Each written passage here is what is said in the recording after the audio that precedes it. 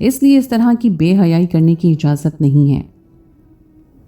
یہ سن کر تو میرے سر پر آسمان گر پڑا تھا۔ مجھے یہ سب کچھ میری جیٹھانی نے بتایا تھا، جو خود بھی اس سارے سلوک سے گزر رہی تھی۔ ان کے کمرے کا دروازہ بھی رات بھر کھلا رہتا اور سارا دن وہ اپنے شوہر کی شکل تک نہیں دیکھتی تھیں۔ میری شادی کو 15 دن ہوئے تھے اور اب تک بمشکل میرے شوہر نے میرے ساتھ 2 دفعہ بھی تعلق قائم نہیں کیا تھا۔ ساری رات کمرے کا دروازہ کھلا رہتا، ہر وقت کسی نہ کسی کے آنے کا خوف رہتا۔ ایسے میں میاں بیوی کہاں ایک دوسرے کے ساتھ ٹھیک سے وقت گزار سکتے تھے؟ اور پھر شاہ نواز کے دن میں تو میرے لیے نہ جانے کون سی کدورت بھری ہوئی تھی کہ میں انہیں ایک بازاری اور طوائف عورت نظر آتی تھی۔ شاید یہاں بھی میری بڑی بہن کے بھاگنے کے قصے پہنچ چکے تھے۔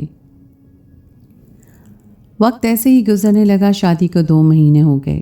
میں چاہ کر بھی اپنے ماں باپ کو اپنے دکھ نہیں سنا سکی۔ اور پھر 2 مہینے پورے ہوتے ہی میری ساس نے عجیب طرح کے تانے دینے شروع کر دیے کہ میں بانجھ عورت ہوں۔ میں نے ان کے بیٹے کو اولاد کی خوشخبری بھی نہیں سنائی۔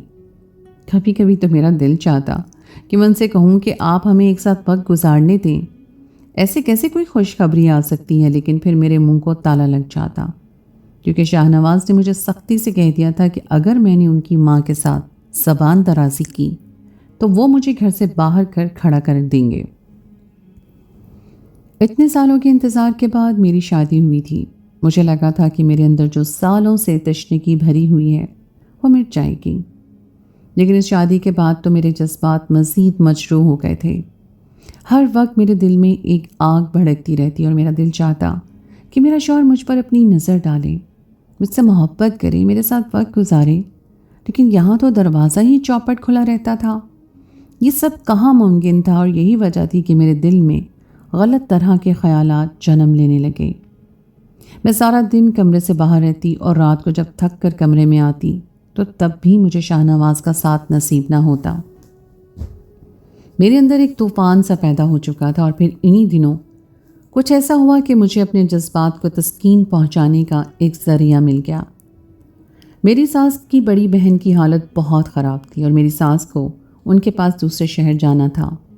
بانو بھی ان کے پیچھے لگ گئی اور اس طرح وہ دونوں ہی کچھ دنوں کے لیے دوسرے شہر روانہ ہو گئے۔ مجھے لگا تھا کہ زندگی میں جیسے سکون آ گیا ہو۔ میری ساس کی نظریں جو ہر وقت ہم دونوں جٹھانی دیورانی پہ جمی رہتی تھیں، اب وہ نہیں تھی۔ لیکن حیرانی تو مجھے اس وقت ہوئی جب ان کی غیر موجودگی میں بھی نہ ہی میرے شوہر نے کمرے کا دروازہ بند کیا اور نہ ہی میری جنسی خواہش کو پورا کیا۔ میں مزید اپنے آپ پر قابو نہیں رکھ سکتی تھی۔ ہر وقت میرے وجود میں ایک آگ سی جلتی رہتی تھی۔ اس لیے جب ایک دن میری جیٹھانی اپنے مائکے گئیں تو مجھے موقع مل گیا اور پھر گھر کے دروازے کے باہر میں کھڑی ہو گئی۔ بہت دنوں کے بعد مجھے تازہ ہوا مل رہی تھی، ورنہ گھر کچھ اس انداز سے بنا ہوا تھا کہ ہر وقت دم ہی گھٹتا رہتا تھا۔ میرے شوہر اور باقی گھر کے سارے مرد کام پر گئے ہوئے تھے۔ وہ لوگ صبح جاتے اور شام کو ہی گھر لوٹ کر آتے تھے، اس لیے مجھے کسی کا کوئی خوف نہیں تھا۔ مجھے دروازے پہ کھڑے کچھ ہی دیر گزری تھی کہ مجھے ایک ایسا راستہ نظر آ گیا جس سے میں اپنی جنسی خواہش کو پورا کر سکتی تھی۔ اس وقت تو مجھے کوئی روکنے والا بھی نہیں تھا، اس لیے میں نے بنا سوچے سمجھے اسی وقت ایک فیصلہ کیا اور اپنی جنسی خواہش کو پورا کر لیا۔ شادی کے پورے 6 مہینے بعد پہلی دفعہ مجھے ایک سکون کا احساس ہوا تھا۔ بہت عرصے سے میں ایسے ہی سکون کی تلاش میں تو تھی۔ میری جیٹھانی صرف صبح سے شام تک اپنے میکے کے لیے گئی تھیں اور شام کو وہ لوٹ آئی تھیں۔ مجھے بہت خوف محسوس ہو رہا تھا کہ کہیں میری چوری پکڑی نہ جائے، کسی کو پتہ نہ چل جائے کہ میں نے اکیلے گھر میں کیا کیا ہے۔ لیکن کسی کو بھی نہیں پتہ چلا اور میرے شوہر کو بھی نہیں۔ میں پرسکون ہو گئی تھی کہ یہ بات کسی کے علم میں نہیں تھی اور نہ ہی آ سکے گی۔ میری جنسی خواہش بھی کافی حد تک پوری ہو گئی تھی۔ 2 دن گزرے تو میری ساس کی طرف سے خبر آئی کہ ان کی بڑی بہن کا انتقال ہو گیا ہے۔ انہوں نے اپنے سارے بیٹوں اور شوہر کو جنازے میں بلوایا تھا۔ وہ سب فوراً ہی دوسرے شہر کے لیے روانہ ہو گئے اور اب 4 دن سے پہلے تو ان کی واپسی ممکن ہی نہیں تھی، کیونکہ راستہ کافی طویل تھا۔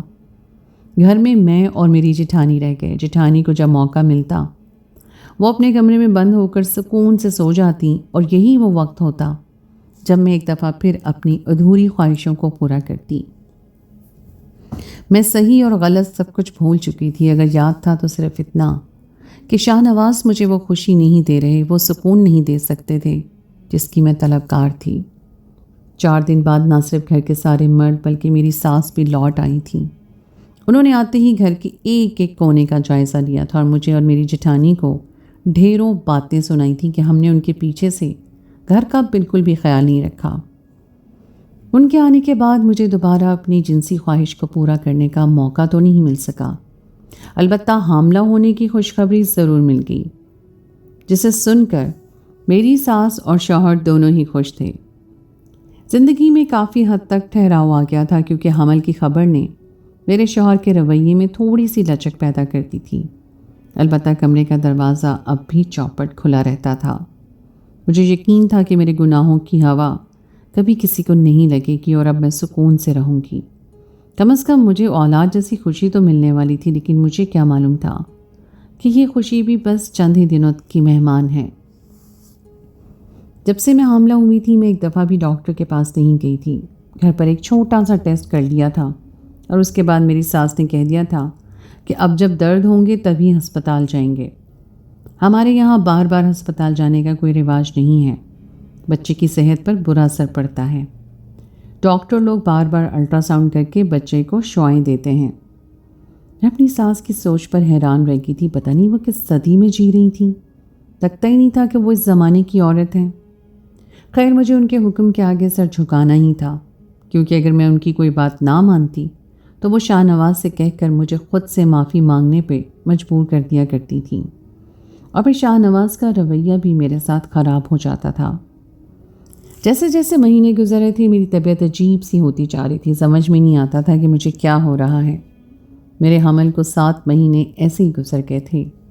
نہ ہی میں ڈاکٹر کے پاس گئی تھی، نہ ہی مجھے کوئی دوا لی تھی. اور پھر 7ویں مہینے میں ایک روز اچانک ہی میری طبیعت بہت خراب ہو گئی اور میں چکرا کر گر پڑی. میری ساس کو بڑی مجبوری میں مجھے لے کے ہاسپٹل جانا پڑا. ڈاکٹر نے مجھے الٹرا ساؤنڈ کے لیے لٹایا اور جیسے ہی الٹرا ساؤنڈ کی مشین لگائی تو اس کی چیخیں نکل گئیں. میری ساس بھی کمرے میں پیچھے ہی کھڑی تھی اور ڈاکٹر کی چیخ کی آواز پہ گھبرا گئی. وہ پوچھنے لگی ڈاکٹر صاحب سب ٹھیک تو ہے؟ میری اپنی بھی جان نکل رہی تھی کہ پتہ نہیں کیا ہو گیا ہے. ڈاکٹر نے کوئی جواب نہیں دیا، بس وہ الٹرا ساؤنڈ کی مشین کو بار بار میرے پیٹ پر گھما رہی تھی. اور پھر کافی دیر کے بعد جب اس نے بتایا کہ الٹرا ساؤنڈ مشین میں کیا آ رہا ہے تو میرے اور میری ساس کے لیے سانس لینا بھی مشکل ہو گیا. میری ساس نے تو اس وقت مجھے ڈھیروں باتیں سنا ڈالی، بلکہ ایسے ایسے کوسنے دیے کہ میں بیان نہیں کر سکتی. ان کا بس چلتا تو وہ میرا گلا ہی دبا دیتی. میں تو خود زاروں کتار رو رہی تھی. مجھے سمجھ نہیں آ رہا تھا کہ یہ سب کیسے ہو گیا. شاید میرے اسی گناہ کا نتیجہ تھا جو میں نے یہ سوچ کر لیا تھا کہ کسی کو اس بارے میں کوئی خبر نہیں ہوگی. لیکن اسے تو خبر تھی جو سب کچھ دیکھتا اور سنتا ہے، جسے نہ اونگ آتی ہے نہ نیند. میرا گناہ دوسروں کی نظر میں نہیں آیا تھا، لیکن میرا خدا تو جانتا تھا. ڈاکٹر نے مجھے ایڈمٹ کرنے کو کہا تھا، لیکن میری ساس مجھے کھینچتی ہوئی گھر لے آئیں. ہاسپٹل میں موجود دوسری عورتوں کی نظر بھی مجھ پر جمی ہوئی تھی. ہر کوئی سوالیہ نظروں سے مجھے دیکھ رہا تھا کہ یہ کیسے ممکن ہے. ہم گھر پہنچے تو میرے شوہر گھر پہ ہی موجود تھے. میری ساس نے مجھے ان کے سامنے پھینکا اور ساری بات بتائی تو وہ بھی ہکا پکا رہ گئے. کہنے لگے اماں یہ کیسے ممکن ہے؟ میری ساس نے کہا یہ تو اپنی بیوی سے ہی پوچھو، پتہ نہیں کیا کچھ کرتی ہے. مجھے تو لگتا ہے یہ کالا جادو کرنے والی ہے، کیونکہ ایسی ہی عورتوں کے ساتھ ایسا ہوتا ہے. میں نے فوراً انکار میں سر ہلایا اور کہا شاہ نواز ایسا کچھ بھی نہیں ہے. میں نے کوئی کالا جادو نہیں کیا ہے. مجھے نہیں پتا کہ ایسا کیوں ہوا ہے. شاہ نواز سر پکڑ کر بیٹھ گئے. گھر میں کوئی بھی مجھ سے بات نہیں کر رہا تھا. میرے حاملہ ہونے کی خبر سننے کے بعد جس طرح سب کا رویہ کچھ بہتر ہوا تھا، اسی طرح اب سب کا رویہ پوری طرح خراب ہو گیا تھا. میں بھی ہر وقت جائے نماز پر بیٹھی اپنے گناہوں کی معافی مانگتی اور خدا سے دعا کرتی کہ سب کچھ ٹھیک ہو جائے. لیکن شاید میری دعاؤں میں وہ اثر نہیں تھا، کیونکہ کچھ بھی ٹھیک نہیں ہوا تھا. اور پورے مہینے بعد جب مجھے درد شروع ہوئے، میری ساس بہت مجبوری میں مجھے ہاسپٹل لے گئی اور میں نے ایک ایسا بچہ جنم دیا جسے دیکھ کر ہر کسی کی آنکھیں پھٹی کی پھٹی رہ گئیں. میرے بچے کا ڈر تو بنا ہوا تھا، لیکن اس کا سر نہیں تھا، بلکہ اس کی جگہ پانی کی ایک تھیلی تھی۔ آنکھ، ناک، کان کچھ بھی تو نہیں تھا۔ البتہ اس کی دھڑکن چل رہی تھی اور وہ بھی کچھ دیر بعد رک گئی تھی۔ میرا بچہ اس دنیا سے چلا گیا تھا۔ شاہ نواز نے خاموشی سے اس کی تدفین کر دی تھی اور مجھے واپس گھر لے آئے تھے۔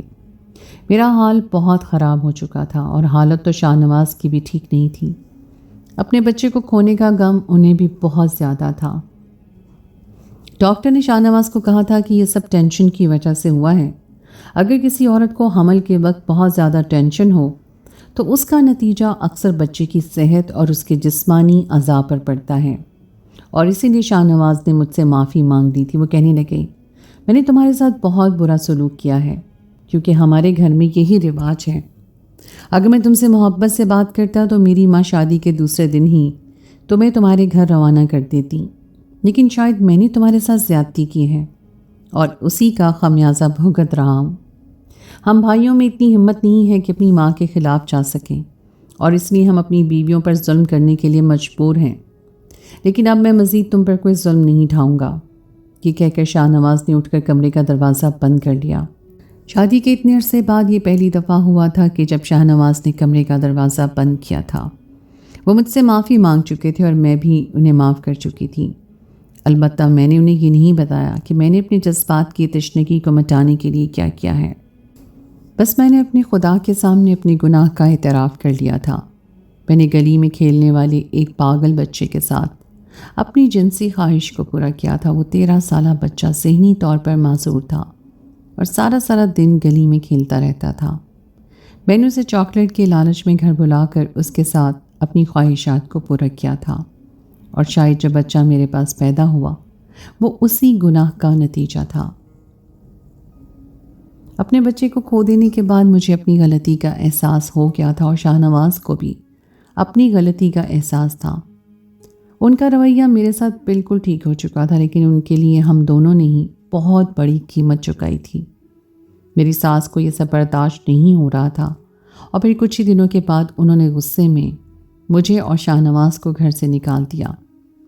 آج ہم ایک الگ گھر میں رہتے ہیں، لیکن ہماری زندگی میں سکون ہے۔ شاہ نواز اب میری ہر جنسی خواہش کو پورا کرتے ہیں، لیکن کبھی کبھی میرا دل بہت زیادہ بے چین ہو جاتا ہے جب میں یہ سوچتی ہوں کہ پتہ نہیں خدا نے میرا گناہ معاف کیا ہے یا نہیں۔ میں اکثر تڑپ تڑپ کر روتی ہوں اور ہاتھ جوڑ کر اپنے رب کے حضور پیش ہو جاتی ہوں۔ میری آپ لوگوں سے بھی یہی درخواست ہے کہ میرے حق میں دعا کریں۔